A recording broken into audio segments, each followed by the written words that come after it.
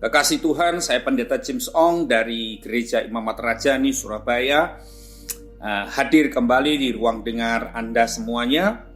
Dan yang saya ingin, keadaan semua kekasih Tuhan di dalam keadaan yang baik-baik, bahkan lebih dari sekedar baik.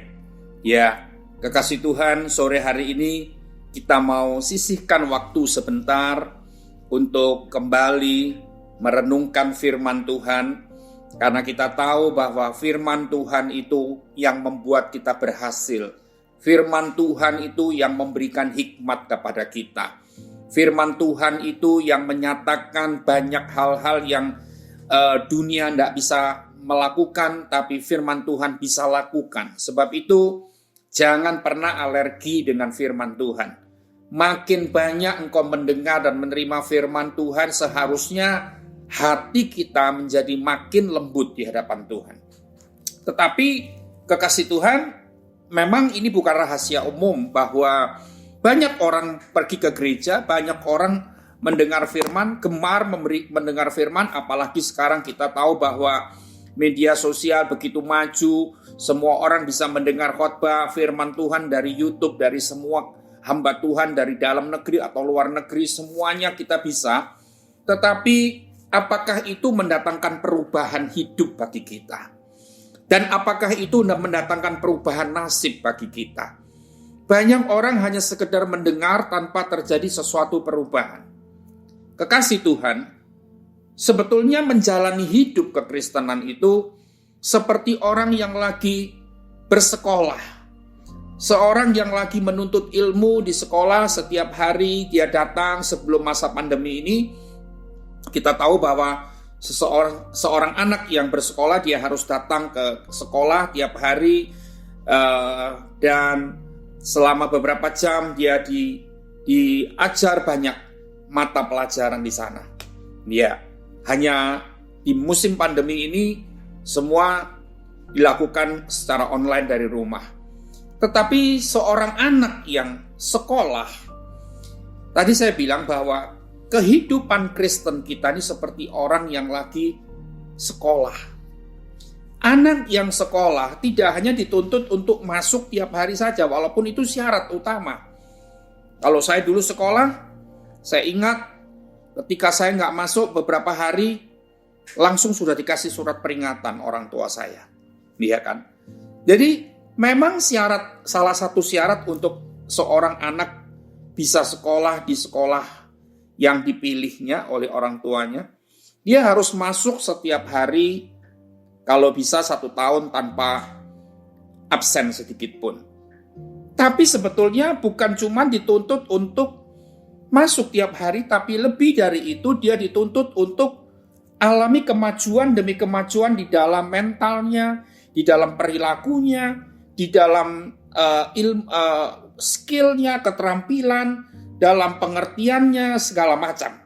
Itu dituntut seperti itu, bukan hanya dituntut tidak absen sepanjang tahun, tapi orang tua mengharapkan anak yang dikirim ke sekolah itu bisa menjadi seorang anak yang berubah, anak yang lebih berkarakter. Ya, kita lihat sekarang banyak orang Kristen, dia pergi ke gereja, dia berdoa, dia melakukan aktivitas agama, tetapi ya memang tiap minggu dia nggak pernah absen, ya walaupun sekarang ibadah secara online dia selalu ikuti, tapi sebetulnya kita tidak hanya dituntut sebagai orang Kristen untuk aktif di gereja, aktif pelayanan gereja, aktif kegiatan gereja, bukan cuma itu. Tapi sebetulnya Tuhan Yesus menanti sebuah perubahan-perubahan dari hidup kita. Kita bicara secara jujur aja, kekasih Tuhan. Banyak orang Kristen yang hatinya sudah terlanjur keras. Usianya sudah terlanjur dewasa, bahkan secara usia mungkin dia sudah lansia mungkin. Sudah terlanjur kaya, sudah terlanjur jadi orang yang terhormat, punya pengaruh, sudah terlanjur jadi orang yang disegani di gereja juga. Nah, tapi di hadapan Tuhan, orang-orang seperti itu seperti pohon plastik yang kelihatannya memang indah, kelihatannya memang aktif, kelihatannya memang saleh. Tetapi sebetulnya dia seperti pohon plastik yang tidak pernah mengalami perubahan. Ya. Dan orang-orang yang saja dikatakan sudah terlanjur dewasa, sudah terlanjur kaya, sudah terlanjur terhormat, terlanjur punya pengaruh di masyarakat, di gereja, dimanapun, dia merasa sudah tidak perlu berubah lagi. Bukankah sekarang orang Kristen zaman ini mengukur semuanya dari kesuksesan secara materi? Bukankah banyak sekarang orang Kristen zaman sekarang mengukur tingkat kekristenannya itu dari berapa banyak aset yang dia miliki, berapa banyak kekayaan harta yang dia miliki dari yang dia hasilkan dari pekerjaannya dia selama berpuluh-puluh tahun. Ya, kalau dia merasa aku sudah kaya, aku sudah mapan, dia merasa sudah oke, sudah cukup, mau berubah apa lagi? Padahal Tuhan tidak melihat ukuran yang dicapai oleh manusia, sama sekali bukan itu yang diperhitungkan oleh Tuhan, kekasih Tuhan. Yang diperhitungkan oleh Tuhan, seberapa banyak kita berubah. Seberapa banyak kita yang dulu hatinya keras, kita sekarang menjadi hati yang lembut. Seberapa banyak dulu kita sombong, kita sekarang menjadi seorang yang rendah hati. Seberapa banyak dulu kita adalah orang yang tidak bisa diberitahu, tidak bisa dinasehati, tidak bisa ditegur, dan sekarang kita menjadi seorang pribadi yang sangat suka untuk dinasehati, sangat suka untuk ditegur, karena dia merasa bahwa teguran, nasihat itu sungguh berguna bagi masa depannya. Dan hanya orang-orang lain yang merasa berubah, dia merasa bahwa dirinya nggak perlu berubah. Aku kan sudah kaya, aku kan sudah tua, buat berubah apa lagi, gitu kan? Orang lain yang perlu berubah. Nah, kelihatannya memang bagus, ya. Tapi seindah apapun, tadi saya katakan namanya pohon plastik, akan tetap sama, tidak pernah berubah. Yesus menginginkan perubahan pada sesuatu yang lebih baik dari hidup kita, kekasih Tuhan. Saya ingin membaca satu ayat di dalam Kisah Para Rasul 20 ayat yang ke-35 bagian B. Kisah Para Rasul 20 ayat 35 bagian B. Di sana ada kata-kata ayat yang pendek tetapi jelas. Adalah lebih berbahagia memberi daripada menerima. Kasih Tuhan, orang-orang yang tadi saya katakan, yang merasa dirinya sudah tidak perlu lagi berubah, tidak perlu lagi belajar lebih sungguh-sungguh lagi, dia merasa bahwa dia memiliki keyakinan, dia memiliki prinsip yang sudah kuat, yang tidak bisa digoyahkan lagi. Tapi firman Tuhan hari ini berkata, lebih berbahagia memberi daripada menerima. Ini bukan prinsip duniawi. Ini prinsip kerajaan Allah. Kalau prinsip dunia, prinsip manusia lebih berbahagia menerima daripada memberi. Coba kalau kita menerima sesuatu, pasti kita senang, pasti kita bahagia. Ya saudara. Saya sebagai seorang hamba Tuhan seringkali menerima persembahan apapun dari jemaat, persembahan apapun dari orang-orang yang memberkati saya, berupa barang, berupa apa saja dan sebagainya. Saya jujur, ketika saya menerima sesuatu dari orang lain, saya merasa sukacita, saya merasa senang, saya merasa berbahagia. Tapi saya harus belajar dari firman Tuhan yang berkata, lebih berbahagia memberi daripada menerima. Jadi saya harus sedewasa apa usia saya, selama apa saya sudah jadi hamba Tuhan, tapi saya tetap harus mencocokkan prinsip hidup saya dengan firman. Saya harus mau berubah. Saya harus beranggapan bahwa, keliru. Saya harus sesuai dengan Alkitab, memberi itu lebih berbahagia. Nah, saudara, ketika banyak orang Kristen dengar kata memberi, dia sudah sangat alergi. Dia merasa orang yang memberi itu, kalau dia banyak memberi, dia akan menjadi miskin. Saya selalu bertemu dengan seorang ibu yang sudah tua, 80 tahun lebih umurnya. Ibu ini sudah jadi orang Kristen mungkin sepanjang umur hidupnya, karena dia dilahirkan dari orang tua yang Kristen. Berarti dia sudah 80 tahun lebih jadi Kristen. Tapi sampai hari ini kalau anaknya berkata, "Mami, coba toh bantu orang itu." Karena memang perekonomian mereka sangat baik. Ya, sangat mampu untuk membantu orang lain. Dia bilang, "Kok enak? Ngapain menolong orang? Ngapain memberi kepada orang?" Ya, nyogek-nyogek no orang, membuat orang menjadi kaya, aku menjadi miskin. Kasih Tuhan, ini prinsip orang-orang yang sudah, prinsip yang salah yang selalu dipakai oleh orang yang belum mengerti tentang prinsip lebih berbahagia memberi daripada menerima. Ya, jangan pernah beranggapan bahwa ketika kita sudah cukup, bahwa kita sudah cukup baik dalam memberi. Jadi kalau saudara beranggapan bahwa aku sudah cukup baik dalam memberi, sudah cukup dalam memberi, akibatnya kita akan berhenti belajar untuk memberi. Ya, ketika kita merasa sudah cukup, maka kita tidak pernah akan belajar lagi. Makanya saya selalu bilang, kita seusia berapapun usia kita, tapi kita harus terus mau belajar. Dan belajar itu bukan cuma dari buku-buku yang tebal-tebal. Belajar itu juga bisa dari firman, belajar dari pengalaman hidup, belajar dari kehidupan orang lain. Itu membawa sesuatu yang baik untuk kita sendiri. Sebab itu Bapak Ibu kekasih Tuhan semuanya, jangan pernah merasa sudah cukup baik dalam memberi. Maka kita akan berhenti belajar untuk memberi. Mari kita selalu belajar gini, aku harus belajar lagi lebih baik dalam memberi. Aku belum cukup untuk memberi, aku harus belajar lagi. Karena firman Tuhan bicara lebih berbahagia memberi daripada menerima. Ini yang pertama. Yang kedua, jangan pernah beranggapan bahwa hal memberi ini sesuatu yang kita harus hindari.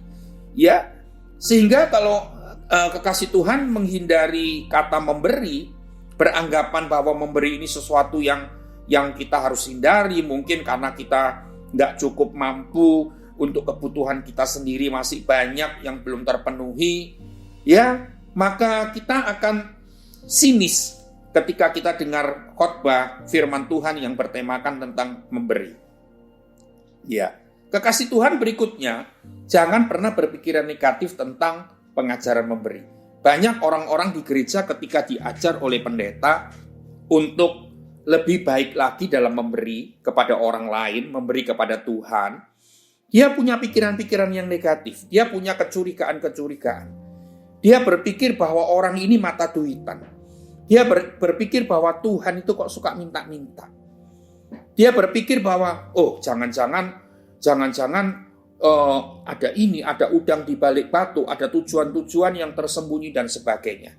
Kekasih Tuhan, mari kita bebaskan pikiran kita dari pikiran yang negatif, dari hal-hal yang negatif, kecurigaan-kecurigaan yang tidak baik, ya, karena semua itu akan merugikan kita sendiri.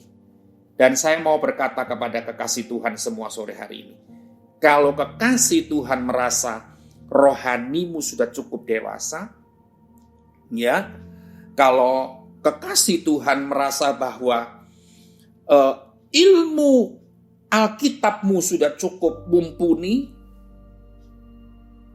berarti dalam satu hal tentang memberi ini, engkau tidak lagi harus bergumul lagi. Engkau tidak lagi harus belajar, enggak.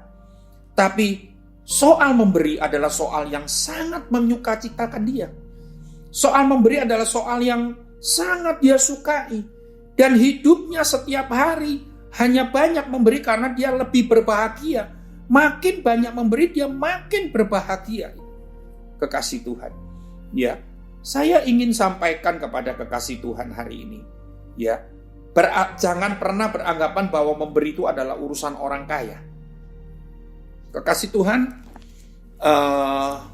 berapa bulan yang lalu di masa-masa pandemi ini, kita tahu semua banyak orang susah, banyak orang berkeluh kesah, banyak orang untuk makan aja susah, banyak orang untuk bayar sekolah, untuk memenuhi kebutuhan rumah tangganya aja, dia harus bingung dari mana duitnya karena mungkin pekerjaannya dari hasil pekerjaannya gajinya dipotong 50%, gajinya dipotong 60%, bahkan kalau dia memiliki usaha, usahanya omset langsung drop turun dan tidak ada dana untuk yang bisa dipakai untuk kebutuhan-kebutuhan rumah tangga setiap bulan. Dalam beberapa bulan ini kami seringkali menyerukan orang-orang untuk yang diberkati Tuhan, merasa diberkati Tuhan. Ya, saya bilang orang-orang yang merasa diberkati Tuhan bukan artinya itu harus orang kaya. Saya bukan orang kaya, tapi saya merasa hidup saya diberkati Tuhan. Dan ketika saya merasa hidup saya diberkati Tuhan, saya pasti ingin memberi untuk orang lain yang membutuhkan.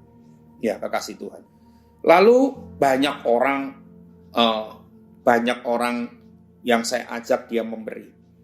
Tiba-tiba pada satu hari datanglah seorang ibu yang sederhana. Ibu yang sederhana, ibu ini maaf, dia nggak punya pekerjaan, dia hanya hidup dari anak-anak yang sudah dewasa memberikan uang saku kepada dia. Ibu ini dia nggak punya mobil, dia kemana-mana naik motor, dia tinggal di sebuah rumah yang bukan di jalan besar, bukan di jalan raya, tapi dia ada di satu daerah dan dia tinggal di sebuah kampung. Tiba-tiba ibu ini datang kepada saya pada satu hari. Dia menyerahkan sebuah bungkusan. Ternyata bungkusan itu berisi uang, kekasih Tuhan. Saya pikir ibu ini, ya, dia kasih uang untuk membantu orang-orang yang perlu dibantu. Anggapan saya, cuman berapa aja lah, cuman sedikit lah, ya, dalam hati saya. Tapi ketika bungkusan itu diserahkan ke saya menerima dengan tangan kanan saya merasa bahwa bungkusan itu lumayan tebal isinya, ya. Lalu saya hanya doakan di depan ibu ini, kita doakan bersama supaya uang itu menjadi berkat dan ibu itu pun diberkati oleh Tuhan. Ketika ibu itu pulang, saya buka amplop itu, saya kaget sekali, kekasih Tuhan. Isi dari amplop, dari bungkusan yang berisi uang itu jumlahnya 10 juta.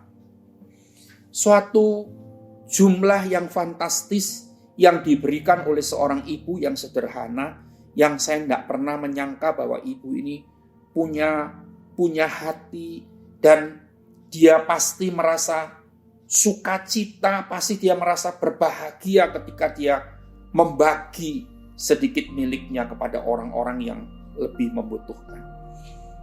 Kekasih Tuhan, saya bukan membanding-bandingkan, tetapi jujur, saya tidak pernah menyangka ibu yang sederhana ini memberikan persembahan 10 juta rupiah. Kalau dia orang kaya, saya mungkin tidak terlalu kaget. Karena bagi saya 10 juta dengan orang kaya itu sesuatu yang mudah saja. Ya, tetapi saya bersyukur ini. Orang-orang yang dikatakan dewasa rohani bukan diukur dari berapa banyak ayat yang dihafal. Bukan diukur dari berapa pengertian dia secara Alkitab. Bukan diukur secara waktu setiap hari berapa jam dia berdoa. Tetapi saya katakan, seorang yang dewasa rohani, dia pasti punya hati untuk orang lain. Seperti Yesus. Ini Yesus ajarkan. Ya, Yesus ajarkan dan kekasih Tuhan terus terang. Yesus memiliki 12 orang murid. Pasti 12 orang murid ini sudah setiap hari kumpul dengan Yesus. Yesus selalu memberi, Yesus selalu membuat mujizat, Yesus selalu memberi pertolongan, memberi tumpangan, memberi makan kepada banyak orang. Pasti 12 orang murid Yesus ini setiap hari melihat teladan yang baik. Tetapi kita tahu juga, kadang-kadang teladan yang baik ini tidak bisa merubah karakter seseorang. Kalau kita lihat bahwa murid Yesus pasti dia jago dalam pelayanan.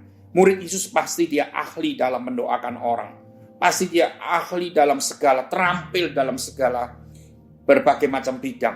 Ya, tetapi pertanyaannya, punyakah hati yang mengasihi orang lain? Punyakah hati yang memberi seperti gurunya yang sungguh bukan cuma mengajar secara teori, tetapi menjadi teladan hidup yang nyata, yang tiap hari murid-murid lihat dari kehidupan Yesus. Jadi saya katakan begini, jangan pernah berpikiran bahwa rohaniku sudah dewasa. Tetapi kalau engkau belum punya hati untuk memberi kepada orang lain yang lebih membutuhkan, sebetulnya kedewasaanmu itu masih semu. Kedewasaanmu belum kedewasaan yang sejati. Tetapi ketika kita jadi orang yang dewasa rohani, seperti Sakeus.